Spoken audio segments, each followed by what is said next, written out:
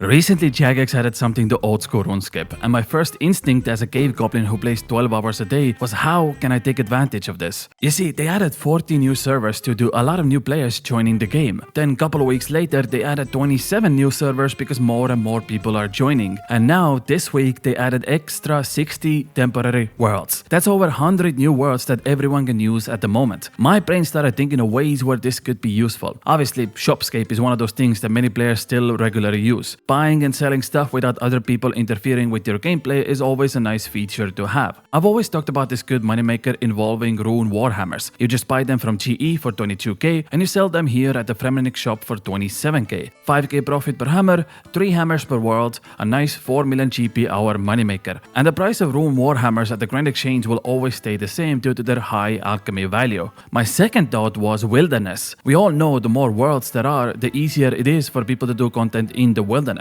I'm trying super hard to max right now, and 99 Slayer is still one of the few things left on my list. So doing Wildy Slayer with 100 extra worlds is just a real blessing at the moment. And not only that, zombie pirates, revenants, wildy bosses, whatever you want to do is likely much easier right now. And finally, the thing I'm most interested to try out is Crystal Implings. The only downside of this moneymaker is that very few people can catch them simultaneously. But since Jagex added over 100 new worlds, that means there's much more room for me to world hop and get some yummy loot. Also, it just so happens that the average price of one Crystal Impling currently is about 150k each, if you also count in the elite clues you get from here. And there's a new method that allows you to catch them much faster than just running around in circles. So I thought I'll give this a try and see how much loot I can get from catching 250 Crystal Implings in one single day. I want to see how many I can catch per hour, how many elite clues I get, how many crystal shards and crystal acorns I get, and what the total loot is at the end. Let me explain you the methods for this moneymaker on this beautiful illustrated painting.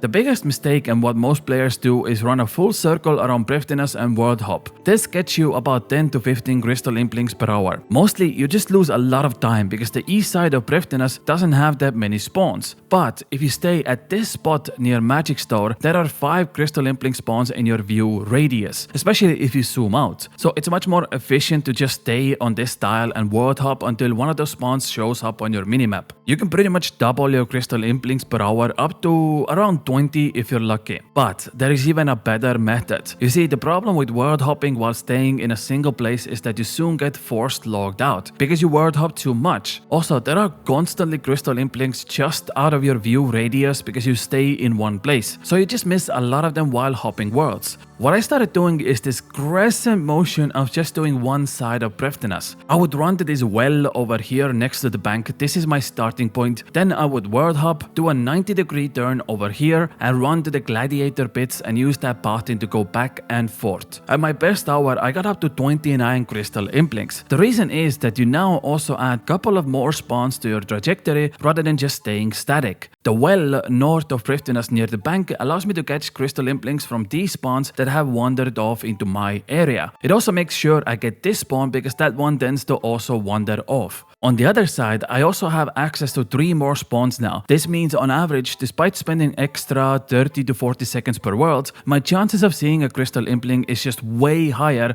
than standing in one place or doing full circles around the city. The reason I don't touch the other side of Prifddinas is because number 1, there is a spawn nearby the Salcano entrance, and usually people who train smithing there end up taking all the Implings to themselves. So there's really no point contesting those spawn camping rascals. Same goes for the woodcutting area on the opposite side. People just train their skills here like doing forestry or getting planks, and if they accidentally see any Crystal Implings, they are gonna yoink them from you. And the main reason, like I said before, by doing the crescent method, you also avoid getting too many log-in attempts, which is the main reason people stop doing this method. Once you get forced logged out because you world hop too much, you probably are gonna stop catching Implings for a certain period. But with this method, I didn't get logged out once. It took me a little over 4 hours to get my first 100 Crystal Implings, and I mostly did them at the bottom of the world lists. If you scroll down to the very end, you'll see dozens and dozens of temporary new worlds that you can use at this moment. Obviously, the big ticket item you're looking for is Elven Signet that currently stands at about 3 million GP, and since it's a 1 out of 128 drop rate, you can expect to see one of them every 5 to 6 hours doing this method. The best common drop you're looking for is Crystal Shards. Last year, Jagex buffed Crystal Implings by quadrupling the amount of shards you get. It used to be only 5 to 10 Crystal Shards, but now it's 30 to 40 of them at once. Since the average price of Crystal Shard is 18,000 GP through Divine Super Combo Potions, that comes to around 625k GP profit. Considering how common the drop rate is, I suspect this is the main reason why most people want to do this. On top of that, you can also get some Crystal Acorns that you can turn into farming experience for even more Crystal Shards. That's also what I did during my grind. Since the Crystal Tree farming spot is right next to where I world hop, I can just continuously plant new Crystal Trees and get a little bit of extra farming experience and loot along the way. It's nothing massive, you get about 30 Crystal Shards and 11k farming experience every 7 hours, but I also had the Chronos seed planted at the farming guild, which speeds up this process even further. So realistically, I planted a new Crystal Tree every 4 to 5 hours.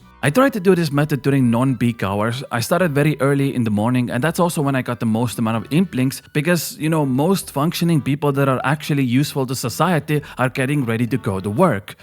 I do RuneScape videos for a living, so that's a small tangible benefit that nobody asked about, but that also meant less competition and more implings per hour. And since we're on the topic of trying to find empty worlds, I would 100% try to avoid Forestery and Salcano worlds if possible. I didn't even try to find Implings there because Forestery is just very popular in Prifddinas, and well, so is Salcano, obviously. Also, before you start, I would highly recommend downloading the Prifddinas plugin on RuneLite that hides a lot of the clutter and trees around the city. It just makes it much easier to see the Crystal Implings, plus it reduces the lag a lot if you zoom out and have a mediocre PC like I do. The other RuneLite related thing I would do is turn on the Impling plugin, scroll down to Crystal Implings and click Notify. This gives you a chat message every time there's a Crystal Impling in your view radius. The amount of times I missed the Impling on my screen or minimap because I was watching a movie on second monitor was a lot, and this is just another way to make sure you catch them all.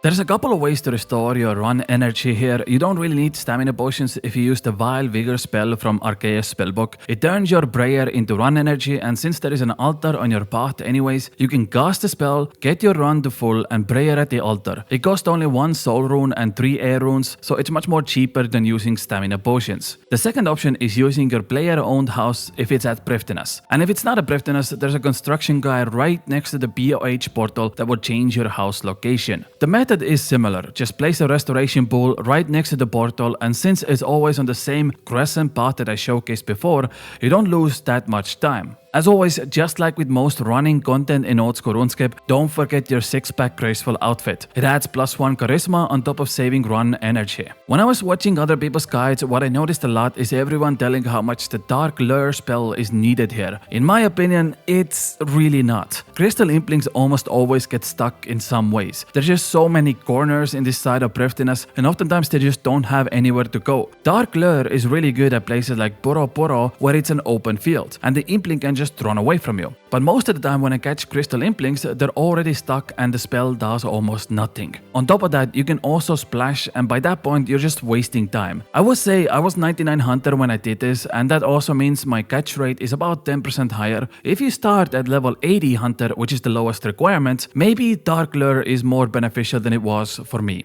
And finally, before we get to the yummy loot part of the video, keep in mind that the Implings respawn every half an hour on the clock no matter what, but they're also hidden for the first 5 minutes to let them drift away from spawn points, so there's no camping. What you're looking for is timers like 10:35, 11:05, 11:35 and so on, every half an hour and full hour plus 5 minutes. If you world hop at those times, you are almost 100% guaranteed to find multiple Implings. During my best hour, I managed to get 29 Crystal Implings, but majority of the time it's roughly about 20 to 25 Implings per hour depending on the amount of people that are doing it. This method relies on not many players hunting at the same time, and that's also why I'm making this video right now, because I'm gonna be honest with you, I did get kinda lucky by catching 250 Implings in one day due to this temporary update of adding more worlds. But okay, since I have the Implings now, it's time to open them up. Let's talk about the loot itself. First of all, if you're an Iron Man, this has a juicy loot table that many players often overlook. For example, opening 250 Crystal Implings gave me 1339 baby dragon bones, and if I use them all at the Chaos Altar, it would give me approximately 300,000 prayer experience. Pretty good for a side loot, if you ask me. Secondly, you just get tons of fletching supplies. Dragon dart tips, rune arrowheads, onyx bolt tips,